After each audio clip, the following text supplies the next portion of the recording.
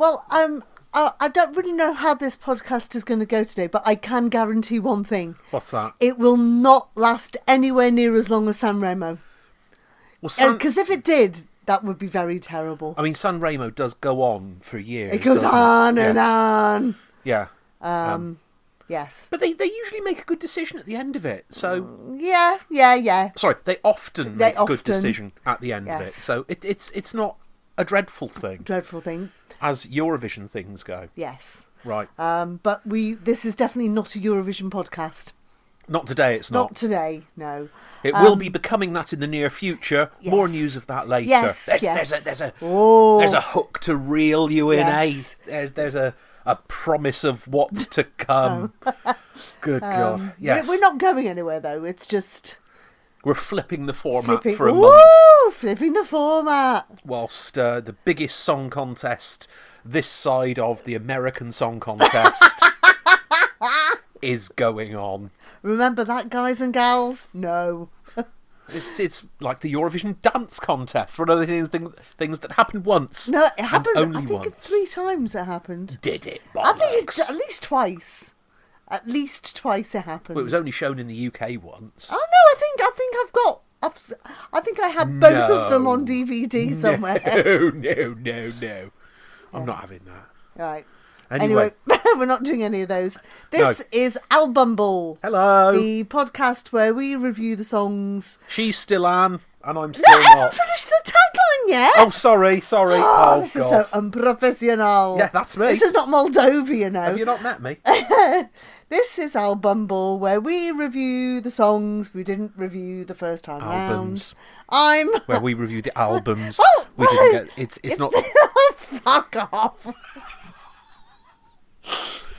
Marital therapy. So expensive compared to just making your own podcast. We didn't review. We review the albums. We didn't review the first time round.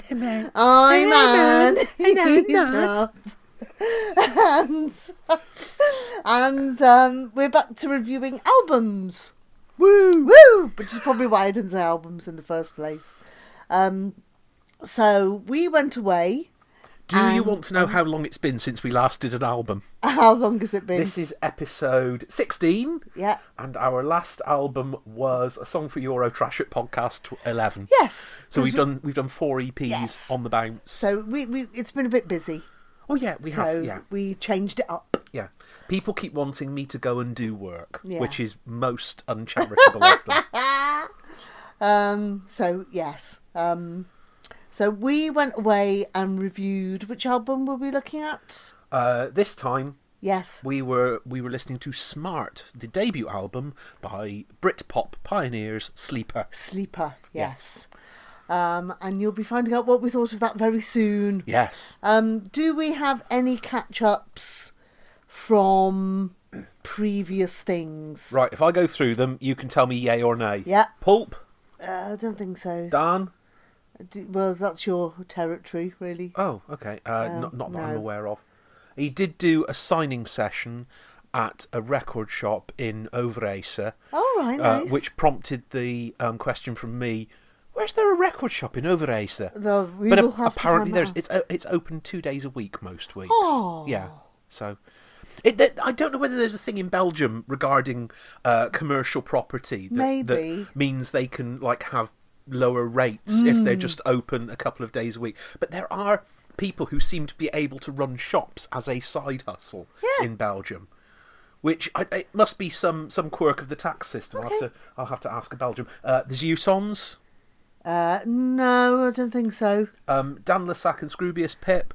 I can add Dan Lassac posted a track from his Scattershot album. Oh, right, yes. Blue Sky, and I replied with one of the other tracks off that album that I absolutely adore, and he replied to me with a work in progress of how that was put together, which is really interesting as well. Excellent. That's worth a look. It's on Blue Sky on Dan's account. Janelle Monáe? No, I don't think so. Coach Party? I don't believe I have anything for. Joost Klein? Well, we do have Joost Klein news. as we are recording this, there will be an album out at the end of February. Ooh. So, yes. So we did say there were rumours that there will be something soon. Something going on, yes. Or something coming off. So, yes, by the end of February, there will be new Joost Klein offerings. Lovely. Right, I don't believe I have anything from the Lightning Seeds. Alphaville? No. Very much nothing from Interactive. Nothing from A Song for Eurotrash. Nothing from Yanis and the Yaw. Nor Manson. No. Adult DVD. Boys Wonder, yes. I can add something on this. They have a 10-inch single coming out for Record Store Day. Oh, cash-in day. With rip-off day. the Jesus Christ, how much of the record industry. There's a 10-inch single coming out with a massive 2 tracks on it, which have been purloined from the archives of stuff that they didn't put together for the album that came out last year. I didn't think there was anything left in the archive after that, so how good it'll be, who knows? But yes, that's out for a mere £48 on Record Store Day. But that's not the record shop's fault, though, is it? No, it's I firmly put that at the door of the marketing people and the record companies and people who are just putting ridiculous prices on all these things. But, in the words of the 1977 Austrian song that was their Eurovision entry, strap in, kids. Music is love for you and me. Music is money for the record company. That's very good, actually. Yeah. Yes. Is that a lyric from? It always sounds like a lyric from Edgar. EMI by the Sex Pistols or the Cuban Boys, depending on which era you're from. Yes. Right. So today we're getting into. Sorry, was there anything else you wanted to add? No, sorry. We're getting into the debut album by Sleeper, which is called Smart, and has a. I did look this up. The photo on the cover is astronauts or something? Astronauts, yes. So this was released February 1995. We are 2 days out from recording this, bob on the 25th anniversary. Aww. 25th? 30th anniversary of it, yeah. Gulp. Yes. Nothing concerning that. No. Yes. So shall we have a nose in? Let's. One little thing to tie this in with previous ones. Producer on some of the tracks, Ian Brody. Yes, of course. Because he's got to be involved. He's everywhere. Yeah. I think we might need to call this Brodyumble or something soon, because he pops up everywhere. In fairness, if you say that the sort of British, not alternative, sort of guitar pop scene is an Aardman animation, you can see Ian Brody's fingerprints over most of the characters in it at some point or another. He's the Nick Park of music. Yeah, it's no bad thing. No. Anyway, let's get on to our track-by-track run-through, seeing as we've got more than 4 today. Yes.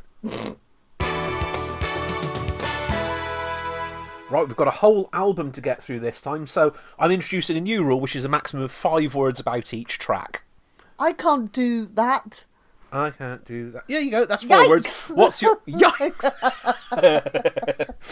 Right, the album opens with possibly, I'd say, their most famous song. I'd say yes. Which is In-Betweener. So, it's your stereotypical jangly guitar. Yeah. Slightly snotty, snooty girl. I always thought her delivery was very snarly. Oh, but not in a, like, I'm a horrible girl. It's just like... I don't do you know what I mean? There is a bit of judgment in there. Yes. I wouldn't say there's loads of it. It's not being slathered on with a trowel. And I'd say the whole of this is a bit like that. Yes. I don't think they couldn't have got away with it if a man had been singing it.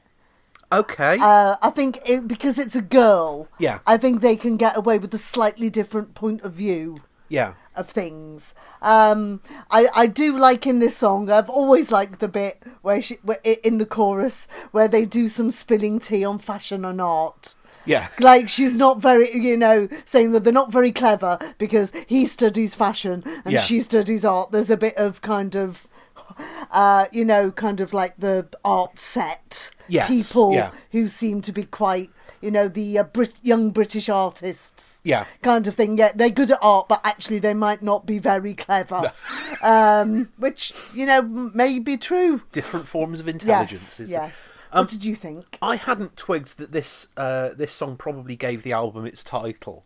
Yes, from the way she said, she's not that smart. I think the characters in the lyrics here are drawn quite sympathetically, considering the theme of the song, which is sort of transient relationships and relationships of convenience, perhaps, while they're in between others. I have to bring in at this point that Mark Radcliffe and Mark Riley absolutely ruined this song for me. I didn't know it particularly well before the Shire Horses, probably definitely the worst album in the world ever, was released. And Ugly Geezer. Is it Ugly Geezer? Or, yes, it's but their parody version of this is absolutely savage and absolutely hilarious. So yeah, that's ruined this for me. No. Aside from that, it's a really good indie pop song. Yeah, there's some nice harmonies in there. Yeah. And there was at this time in the Britpop thing, that was not the right word, but they were very matter-of-fact lyrics. It's not very painting a picture with words. It's very stateful. Stateful? I think it is painting a picture, but that picture's very honest. Yes. It's not being dressed up to be flowery than it actually is. It's more flowery. Yeah. Yes. So that brings us there. Track 2 is Swallow. Okay. What did you think? I don't know whether this is the right phrase, but I quite like the scratchy, I don't know whether there's a minor key intro at the start, which sort of flips the first track a little bit, because that sounds quite British and quite of its time. This brings in sort of an American lo-fi garage rock influence, which the album has an awful lot more of than I was expecting. Yes. The lyrics are utter filth. Yes. But, that was one thing. I read the lyrics and I went, oh, right. Yeah. Oh. Yeah. This album is actually quite rude. It's quite horny, isn't it? It's very... Throughout. Which, considering, I'm not like, how can I put this in a... Like, Louise Wenner was a good-looking lass. Yeah. But she wasn't your stereotypical... She wasn't a pop bimbo by any stretch of the imagination. She wasn't like your typical beauty. No. But so it is quite a juxtaposition when you think of her and those words coming out of her mouth. But then... I think that's what makes it interesting, is that she was never pursuing that, but became that fixation of a lot of teenage boys anyway. Yes. I got an extra thing I wanted to say about this song, is that this put me in mind of... Now, I want to say the name of the song, but I might have the wrong song. Buck Rogers? By Feeder. Yeah.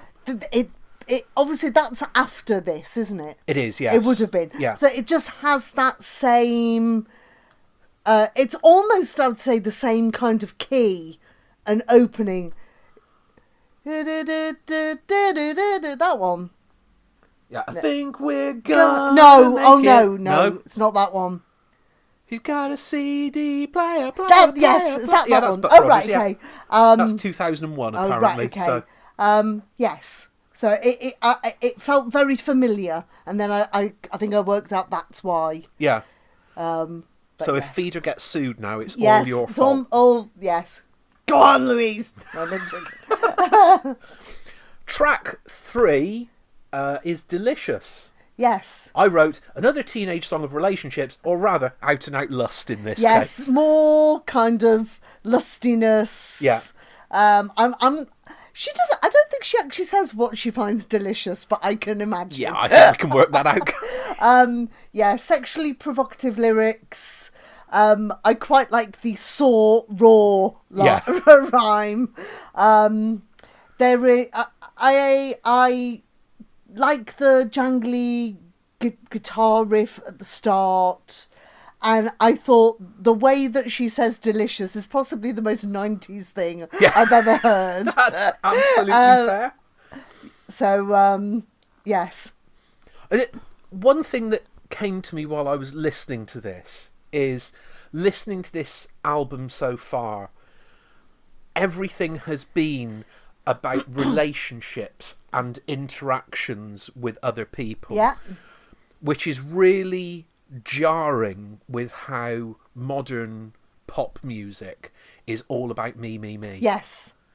And my feelings. Yeah, and don't mess with me because I'm a psycho. And I'm so messy. I'm so fucking messy. Okay. I don't know why I went into Mick Jagger then. Perhaps Mick Jagger's gonna write an album of songs all about how I'm really feeling inside after all these years. Yeah, you shouldn't mess with me. Yeah. Yes. No, but this feels to me very outward looking amongst a circle of friends or a community or many circles of friends. I do get that, like, not in a bad way. I do feel like she's writing this to and about the people who know. Yeah. But that doesn't mean the people who are outside of that can't engage with it. No. It's more that this is kind of what's happening and you can understand some of those things in your circle as well. Yeah, and I think this feels very honest as well. Yeah. It's not... Again, it's this huge difference in how pop music is 30 years later. Yeah. Anyway, track 4 is Hunch, which is another stark American lo-fi garage rock influence. Yeah. And there's some very acute character observation going on here. The quiet verse and loud chorus is very much of the American garage rock. Not so much grunge, because grunge, I think, and what I'm terming as garage rock were two separate things. And then in between, obviously, you had shoegaze sort of stuff and things like that, which then went off in its own direction. It's an interesting counterpoint to the youthful viewpoint of most of the other songs, that this is a lot more neutral in its point of observation, I feel. Anyway, what did you... Yeah, I just thought this was like the indie ballad. Yeah. The guitar line was really interesting. I like the curly parts. Oh, yeah. Oh, you mean, yeah. It was slightly Breeders-esque. Yes, yeah. But then I think that comes with the influences of that whole movement. I must admit, I hadn't thought of the Breeders. I think I've been thinking of more sort of Pavement and that sort of... Yeah, but I guess that's how I was thinking in terms of like the girly rock scene. I particularly like the line, she's got skin the colour of bread. Yes! Which is a description I don't think I've ever heard before, but you can instantly picture how that person looks. I don't think she's talking sourdough. No. Had that even been invented? No, definitely no sourdough in 1995. No, it was definitely white from Tesco. Yeah. Wasn't it? So, go on. No, go on. No, we got Amuse. Yes. Next. I thought this was quite interesting because I really like the music, but the words seemed quite angry. Yeah, I think this is a tale of unrequited love in vain. If the last one was the indie, what did you say? It was the indie love song ballad. Indie ballad. That was the word I was looking for. I think this is the indie lullaby. Yes, because it has that sort of very calm. I was after the track before. I was almost expecting the sort of the loud, crunchy drop in that, it. Though, no, which it didn't, which is quite good for catching us off guard in doing that. Track 6 is Bedhead. Yes. I don't know I did listen to that. What the hell was that? I wrote down a whole 3 words about this, which is more horny antics. Yes, it's very more bed things. Yes. I was a bit more scathing because I thought the chorus actually let this down. Okay. I quite liked the verses. I thought the chorus could have had a bit more oomph to it. Maybe it's just because the words are rather few and far between. Yeah. That I just thought maybe we could have had something different. Yes, I think this could have been pushing to be a single itself. Yeah. But it possibly didn't quite get. Yeah, that's right. Yeah. Yeah. I was just going back to have another look at the lyrics from the chorus on that. Yeah. So, yeah. I don't know. Perhaps it was something that wasn't completely fully realised, or perhaps it was something that they wanted to put very much in that. Yeah, I mean, you've got to have some not frivolous, but you've got to have some less meticulously made songs in between the ones you want to push as although I think this singles. I think this was quite well put together. It's not it's not disappointing. In the overall scheme of things, I don't think so. Track 7 is Lady Love Your Countryside. Yes. I mean,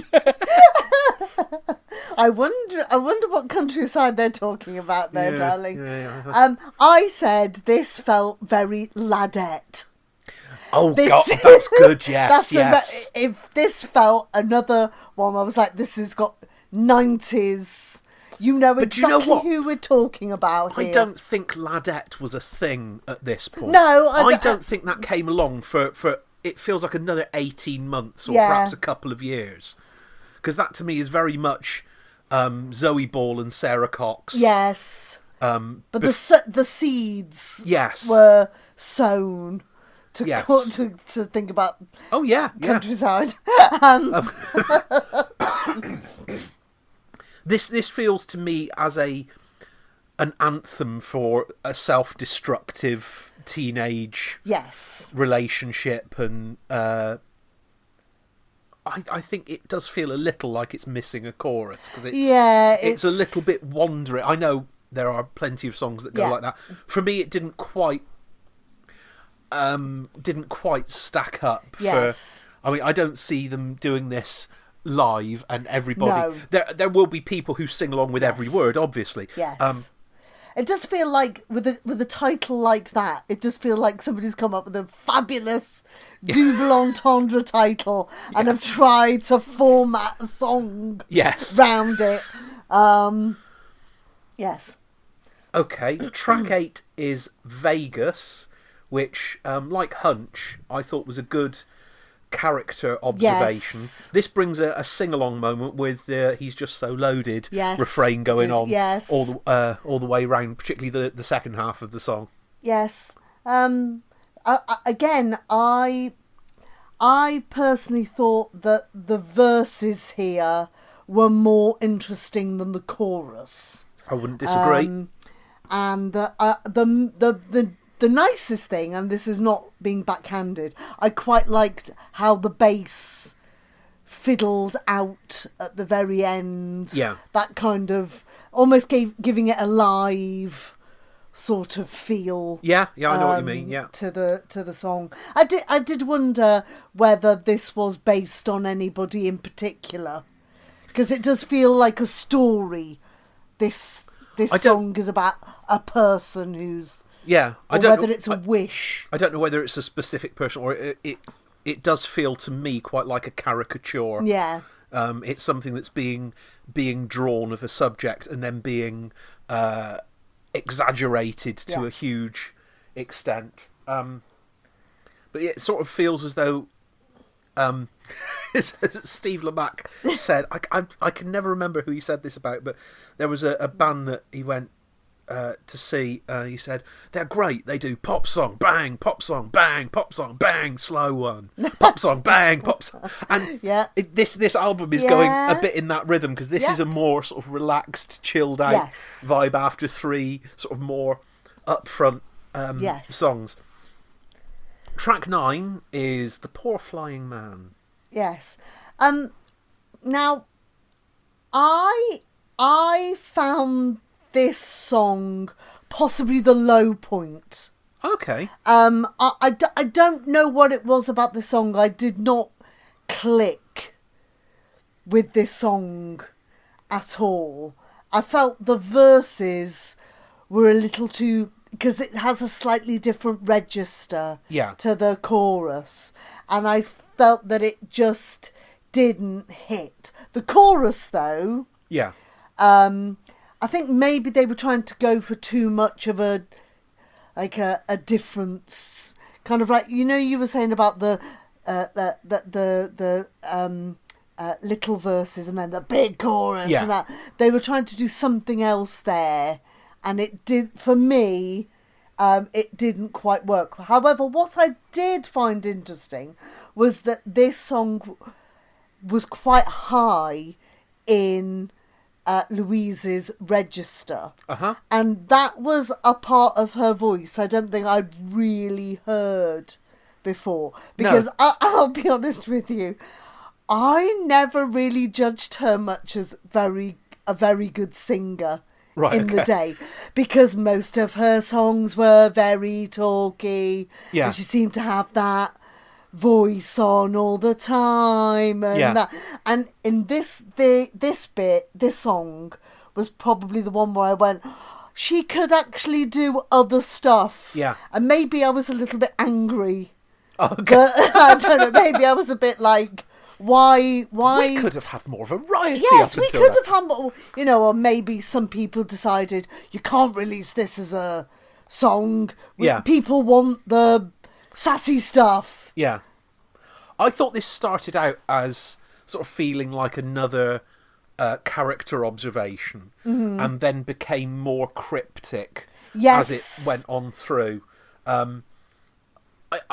I don't want to sound harsh here. I do share a slight reservation that the sort of the explorations of humans at the edge of society being viewed as insects or irritants, I thought was going a little bit into sixth form poetry. But I do feel a bit harsh saying that, because it's still quite well done.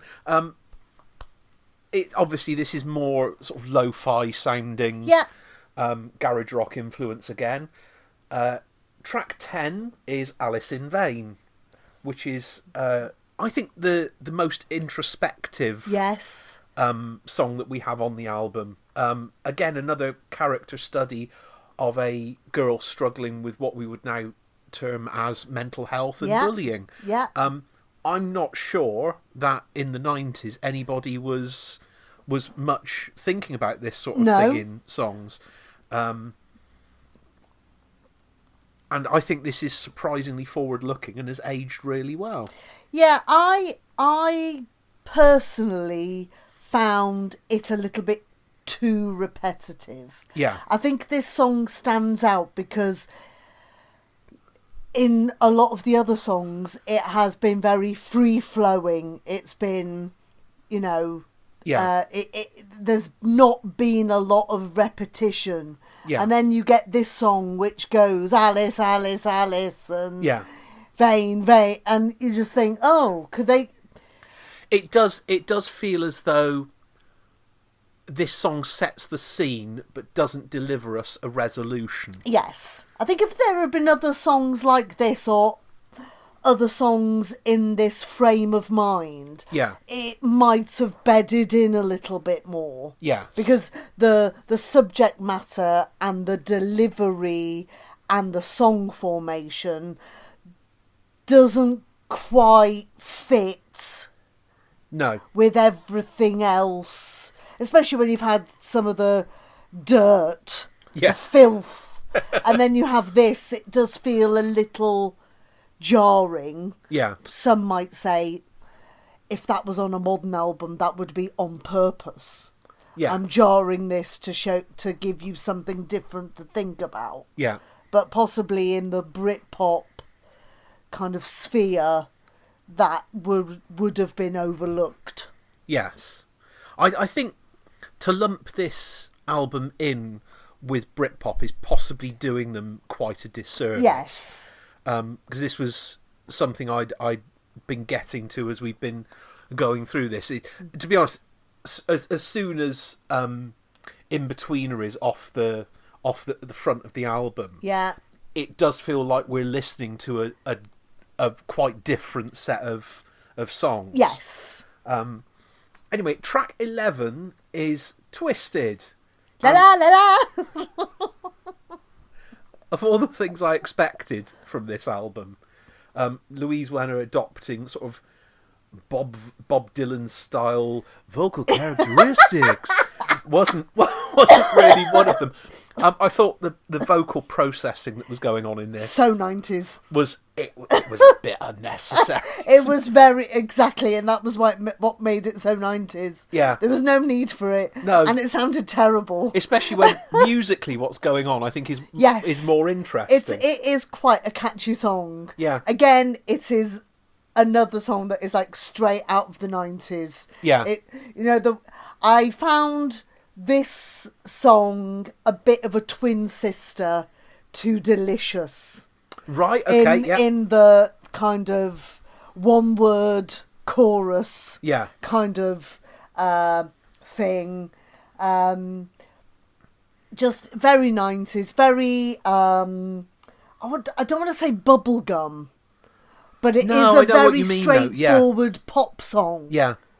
And doesn't there's no bells and whistles really to it. It's quite basic. I quite liked all the it felt like there were a lot of other ideas from other things that didn't properly come to fruition that were being thrown in, particularly towards the end of this. So I did enjoy that. I might have got a little bit bored with the sort of garage rocky sort of stop-start motif that was going through it. It was the thing, wasn't it, at the time? Yeah. I suppose if you get that is your main idea. Yeah.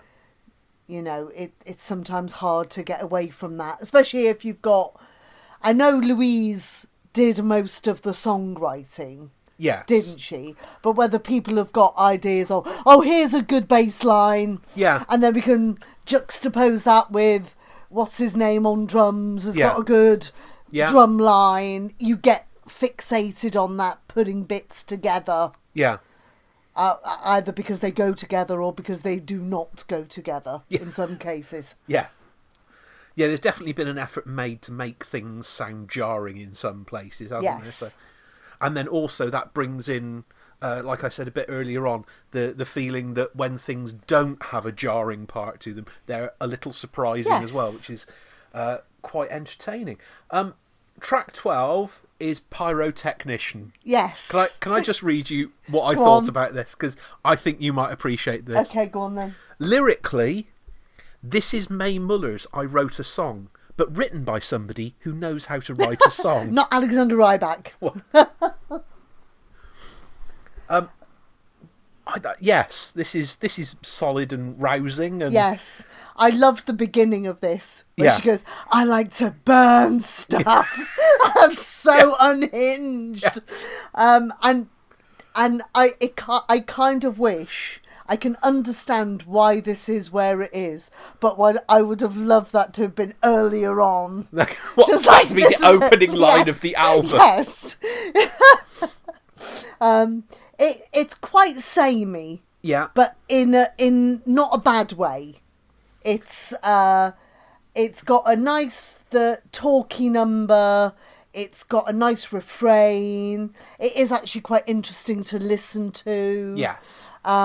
It does give the song, I know I said about it being at the beginning, being a bit of a shame being at the end, but it does give a bit of a nice send-off. It is quite a nice umphy number. It is definitely an album closer, isn't it? It's yes.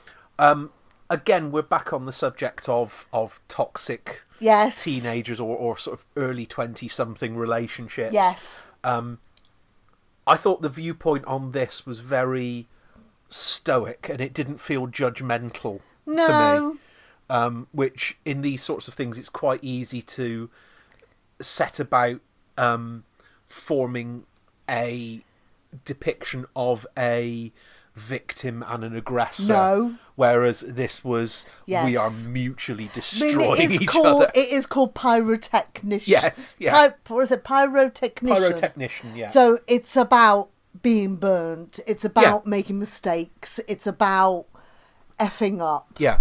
And that it's not necessarily you effed me over or I effed you over. No. It's we got together and we effed each other up. Yes. Physically, mentally, socially, everything. So, yes. Right, that brings us to the end. We just reviewed the classic 95 issue of this. There are other versions of this album available. I think there's getting on for a dozen extra tracks on the reissued version as well.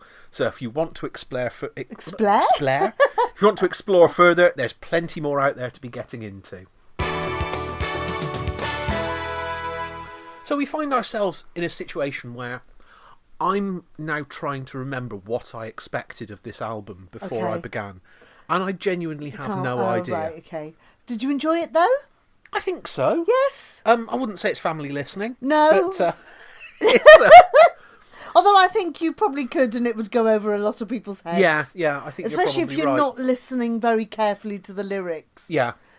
You could miss the the true meaning. You could miss how horny everyone obviously was at the time. Oh dear. Right. So yes. I honestly, I think in all of the other ones I've listened to, I've been aware of what I was expecting more at the start. But I think with this, because this was not what I was into when I was younger, this took me a while to sort of get the vibe of, oh right, this is where we are. Yes. And whilst I don't think any of it has aged badly, but some of the approaches to how these songs are put together, especially lyrically, I found quite surprising, because genuinely nobody writes songs like this anymore. Well, no. Certainly not that gets attention. Right. Okay. Right. You're welcome to add anything else to that if you had anything else you wanted to say. I mean, obviously I was kind of into this kind of thing, but I have to say they weren't really on my radar. No. They I don't think I bought any of their stuff at the time. They weren't northern enough, were they? I think I still am a little bit knocked off that Louise Werner could actually sing.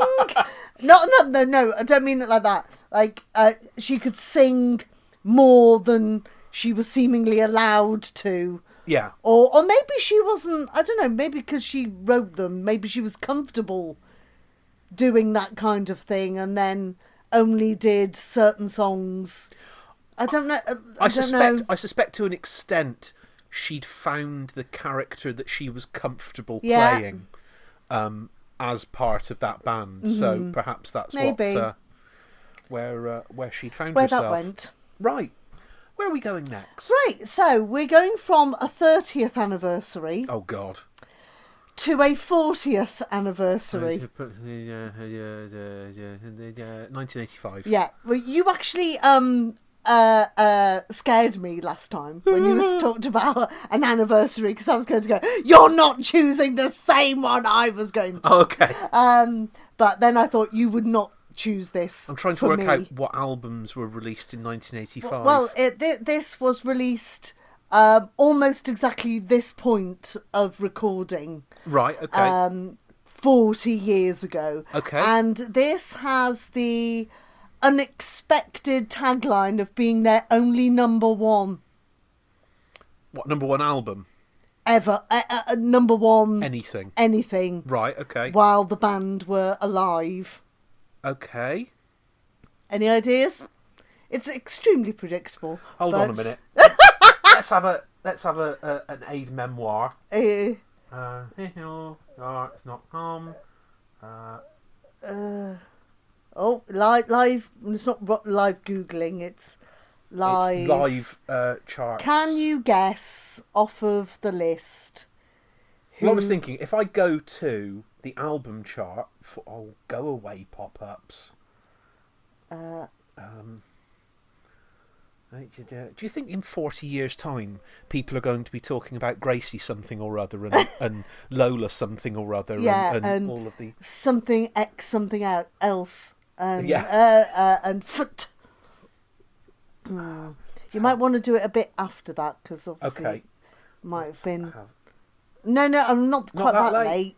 You sure? Yeah, okay, whatever. Let's have a look. So, is it going to be Born in the USA by Bruce Springsteen? No, it's not. Is it No Jacket Required by Phil Collins?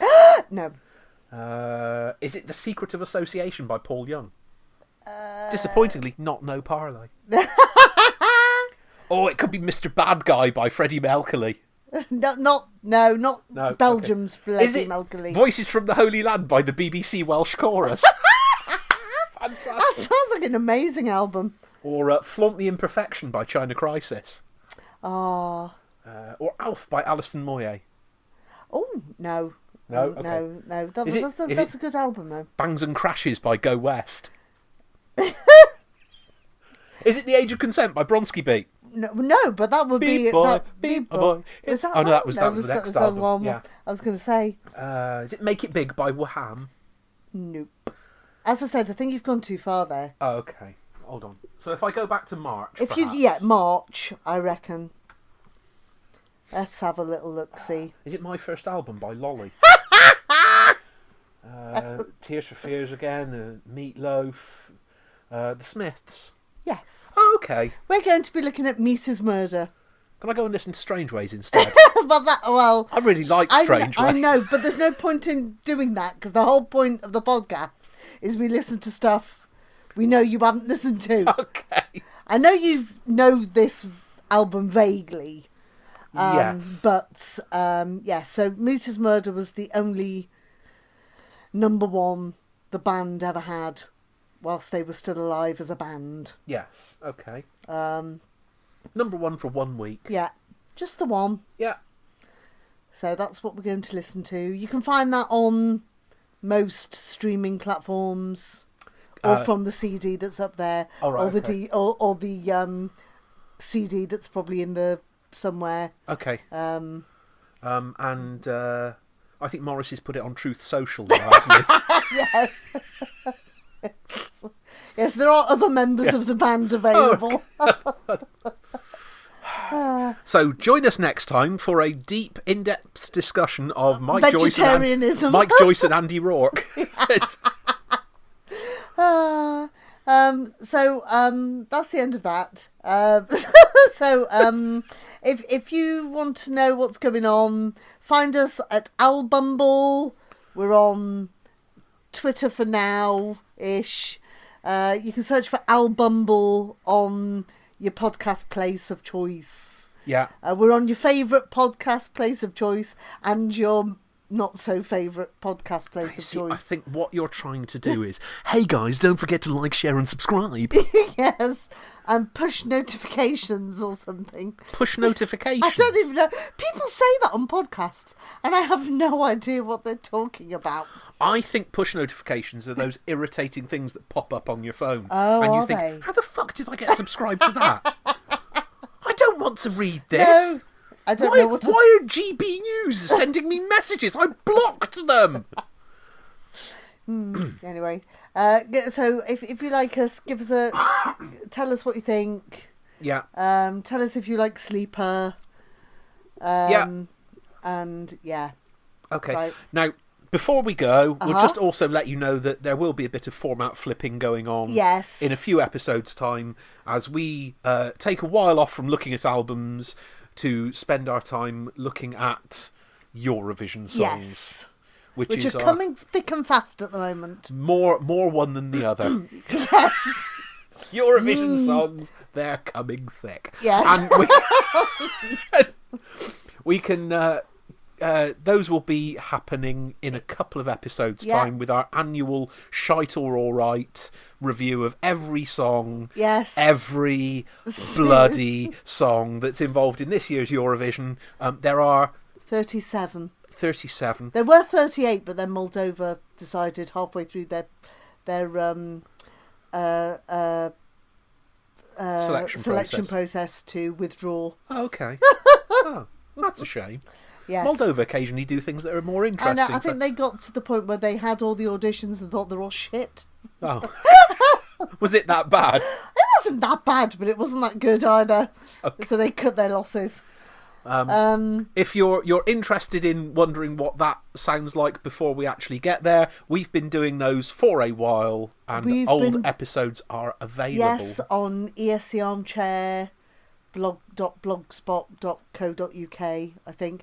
We've been doing it... I think it might be .com. .com, something. Just look for ESC Armchair. That's right, escarmchair.blogspot.com. Yeah, I think we've been doing that since 2012. Good Lord. That's... Some people get less for assault. I think, yeah. Right, should we say goodbye now? Yes. Thanks for listening. Goodbye now. You're our favourites.